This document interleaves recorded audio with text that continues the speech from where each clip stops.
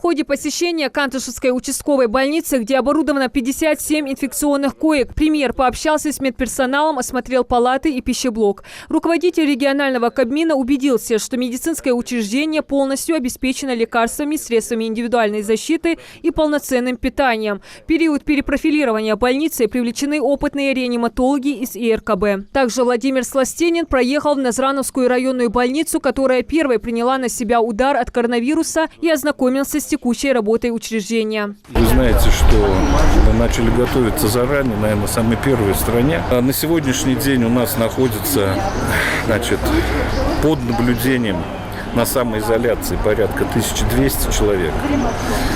Подтвержденные ковид 840.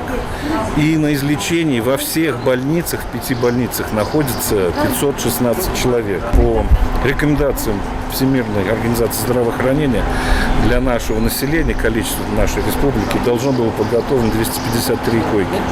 Мы на сегодняшний день подготовили 1100, то есть в 4 раза больше. И вы видите, что мы не зря готовили это, что на сегодняшний день уже лежит в 2 раза больше больных, чем ожидалось по нормам. Лекарствами полностью обеспечено, медицинскими масками полностью обеспечено. Аппаратами ИВЛ есть нормативы по обеспеченности. У нас их в республике 96. Сейчас еще 10 получаем. Глава договорился через Министерство промторга. Получаем прямо завтра. Но на этих аппаратах на сегодняшний день находится во всех больницах всего 10 человек на излечении. 67 человек в тяжелом состоянии. Что приводит к тяжелому состоянию? Позднее обращение. В самой большой группе риска это люди старше 60 лет.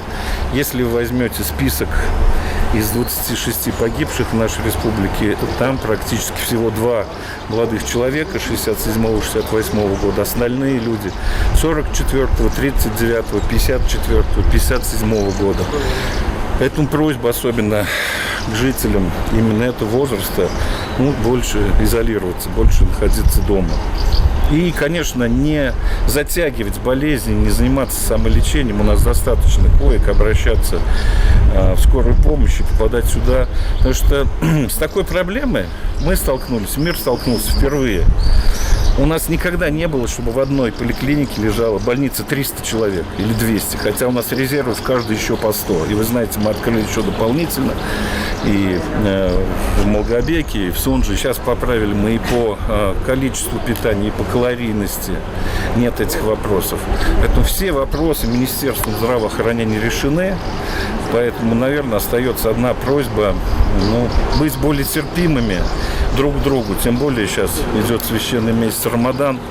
Думать надо только о хорошем. И о том, что вы сказали, эти вбросы, фейки.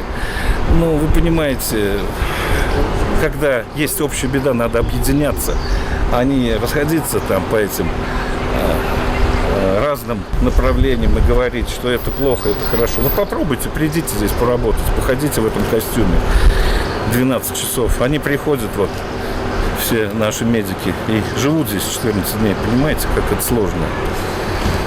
Поэтому надо всем миром нам бороться с этой болезнью, а не разъединяться. Мы сегодня преодолели проблем здравоохранения. Мы научились, нашли подходы.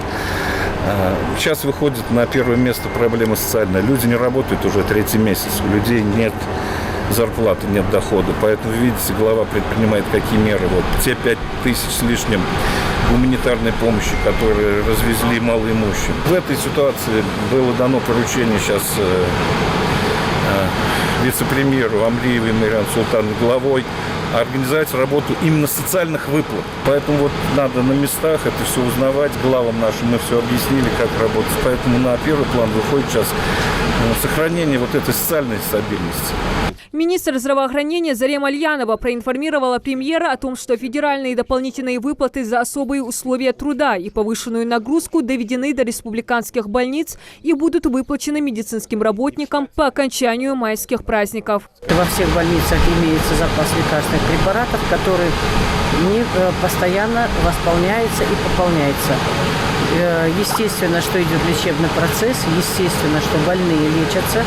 Очень большой расход лекарственных препаратов идет.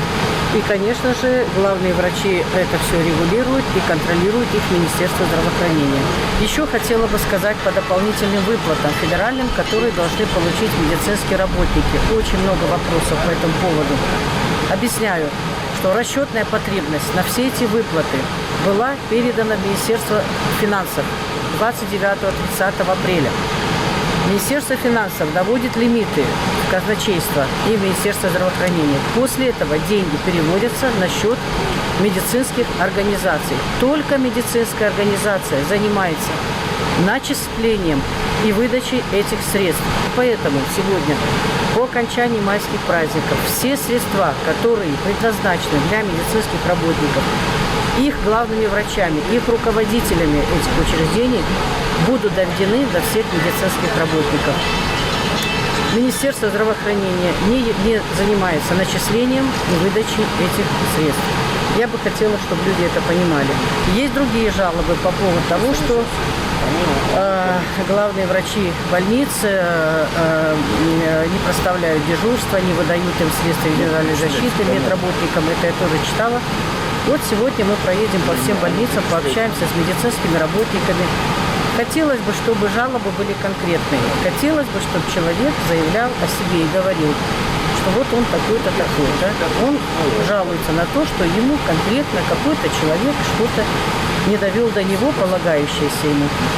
Очень трудно разбираться в жалобах, когда пишут общими фразами и поддерживают люди, которые, может быть, не очень осведомлены в вопросах. За последнюю неделю ситуация находится на относительно ровном уровне. Ухудшения ситуации нет.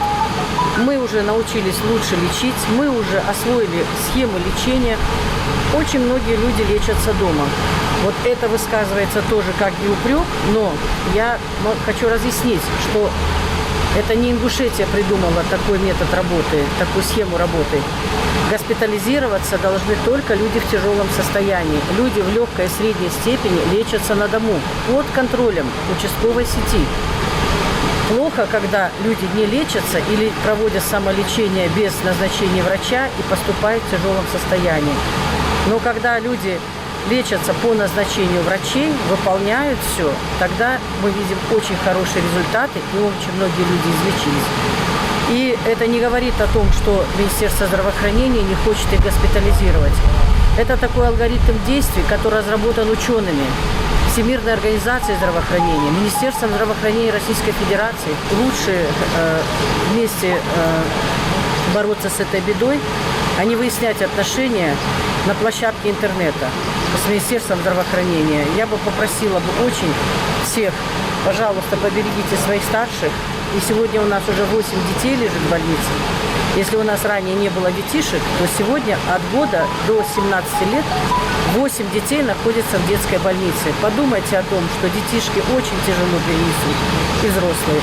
Поэтому ребятам я бы посоветовала прислушаться немного к разуму. И да, действительно, священный месяц, наверное, не очень корректно все-таки незнакомых вам людей выставлять в таком неприглядном свете. Также глава ведомства обратилась к жителям республики с призывом не препятствовать медикам в выполнении их работы и беречь себя и своих родных, подчеркнув, что риск инфицирования существует для людей всех возрастных категорий. По ее словам, единственная проблема, которая на данный момент не дает прийти к спаду заболевания, заключается в недостаточной самоизоляции населения.